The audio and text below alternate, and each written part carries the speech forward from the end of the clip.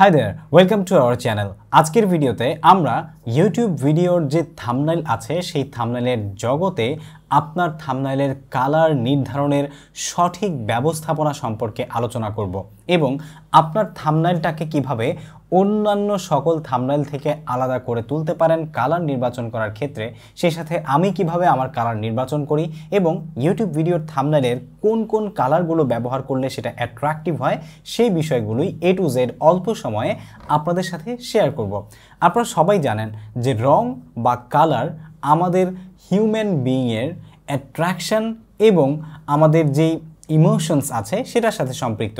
Exactly, colour আপনাকে আবেগপ্রবণ করে তুলতে পারে এবং আপনাকে ইমোশনাল বানিয়ে দিতে পারে এবং সেই সাথে আমাদের যে আকর্ষণ তৈরি করে সেই আকর্ষণটাও কালার কিন্তু তৈরি করতে পারে। সেই জন্য আপনার ইউটিউব চ্যানেলে আপনি যে ভিডিও তৈরি করছেন সেই ভিডিওতে আপনি যে থাম্বনেল দিচ্ছেন সেই থাম্বনেলের কালার নির্বাচন করতে পারাটাও অনেক বড় একটা শৈল্পিক কাজ, আর যেই কাজে অনেকটা আপনাকে সহায়তা করবে আমাদের আজকের এই ভিডিও। আজকের ভিডিওতেই আমি আপনাদেরকে সেই বিষয়গুলো বলছি যেই বিষয়গুলো আপনাকে অবশ্যই থাম্বনেল নির্বাচন করার ক্ষেত্রে মানতে হবে বা কালার নির্বাচন করার ক্ষেত্রে থাম্বনেলের সেই বিষয়গুলোকে অবলম্বন করে আপনি যদি কালার নির্বাচন করেন তাহলে অবশ্যই আপনি কিন্তু অনেক ভালো ভিউজ জেনারেট করতে পারেন, আপনার থাম্বনেল আরও ক্যাচি তৈরি করতে পারেন। ঠিক আছে, সো প্রথমেই চলে আসি যে আমাদের যে থাম্বনেলগুলো আমরা তৈরি করি সেই থাম্বনেলে কি ধরনের কালার আমরা ব্যবহার করতে পারি এবং কোন কোন কালার আসলে অ্যাট্রাকটিভ কালার হিসেবে সমাদৃত।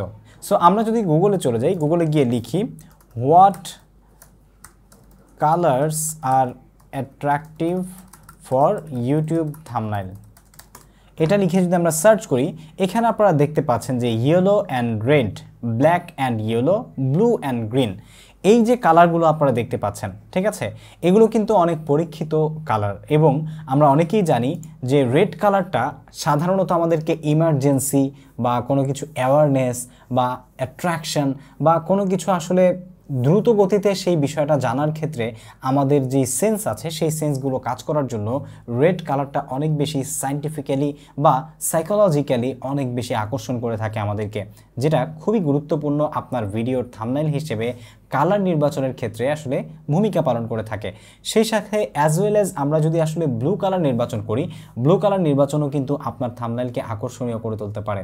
আর ব্লু কালারটা সাধারণত ক্রেডিবিলিটি বা সাস্টেইনেবিলিটি, তারপরে হচ্ছে বিশ্বাসযোগ্যতা বা সত্যতা বা মানে দৃঢ়তা, এই ধরনের যেই বিষয়বস্তুগুলো আছে সেই বিষয়বস্তুগুলোকে আসলে ইঙ্গিত করে, যার কারণে আমরা কিন্তু আমাদের অজান্তেই যে জায়গায় আসলে ব্লু কালার থাকে সেই ব্লু কালারের প্রতি আকৃষ্ট হয়ে যাই। সুতরাং ব্লু, রেড, তারপর হচ্ছে ইয়েলো, ব্ল্যাক, পার্পল এবং অরেঞ্জ, এই যে 6টা কালার আমি আপনাদেরকে বললাম, এই 6টা কালার আমি কিন্তু গত অনেক দিন যাবত গবেষণা করে আমি আসলে বের করেছি যে এই 6টা কালারের যেই থাম্বনেল কালার আছে সেগুলো যদি আপনি নির্বাচন করেন তাহলে সেক্ষেত্রে আপনার থাম্বনেলটা কিন্তু আকর্ষণীয় হয়ে উঠবে। আমরা যদি আসলে আমাদের একটা যে কোনো ইউটিউব চ্যানেলে আসি এবং ইউটিউব চ্যানেলে এসে আমরা যদি এখানে খেয়াল করি যে আপনার প্রত্যেকটা থাম্বনেলের মধ্যেই যে থাম্বনেলগুলোতে আপনি প্রচুর ভিউজ পাচ্ছেন সেই থাম্বনেলে আপনি এই 6টা কালার, আমি আপনাদেরকে যে কালারগুলো বললাম এই কালারগুলোর কোনো না কোনো কালার কিন্তু ব্যবহার করা হয়েছে। যেমন এখানে রেড ব্যবহার করা হয়েছে, তারপরে হচ্ছে এখানে ব্লু এবং রেড ইয়েলো ব্যবহার করা হয়েছে, তারপরে আমরা যেখানেই যাই এখানে রেডের ইউজ হয়েছে, ব্লুর ইউজ হয়েছে।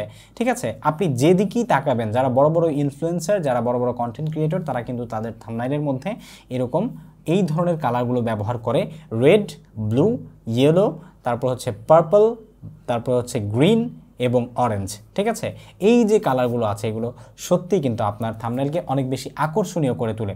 সো এখানে কালার নির্বাচন করার ক্ষেত্রে আমরা যখন থাম্বনেলের ডিজাইন করি তখন এত কালার তো আমাদের মাথায় থাকে না। সো আমি কিভাবে আমার কালারগুলোকে নির্বাচন করি?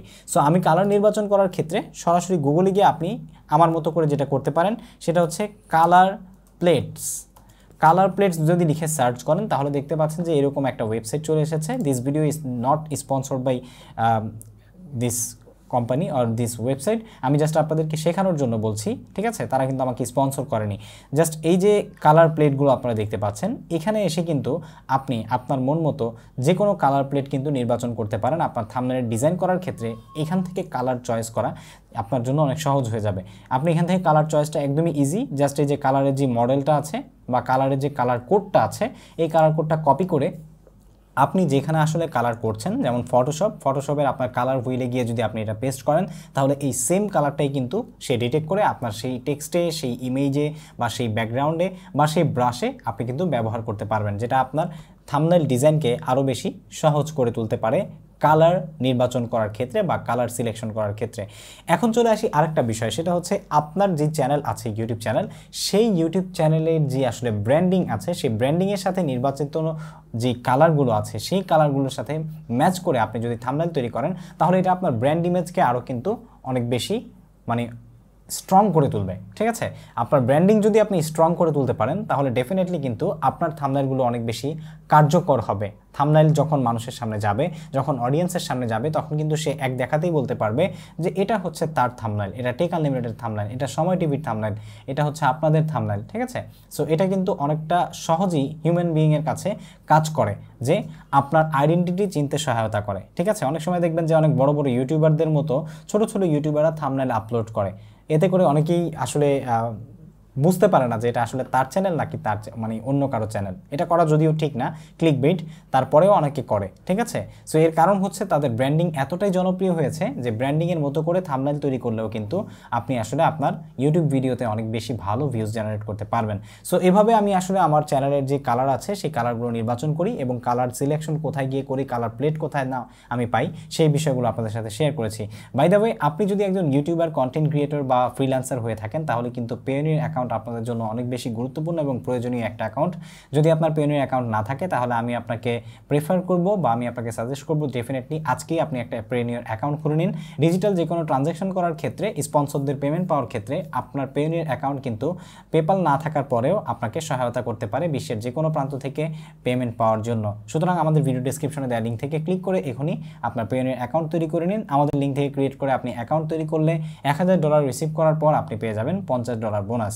So let's check it out now. আজ এই পর্যন্তই, দেখা হচ্ছে পরবর্তী ভিডিওতে। আসসালামু আলাইকুম ওয়া রাহমাতুল্লাহি ওয়া বারাকাতুহু।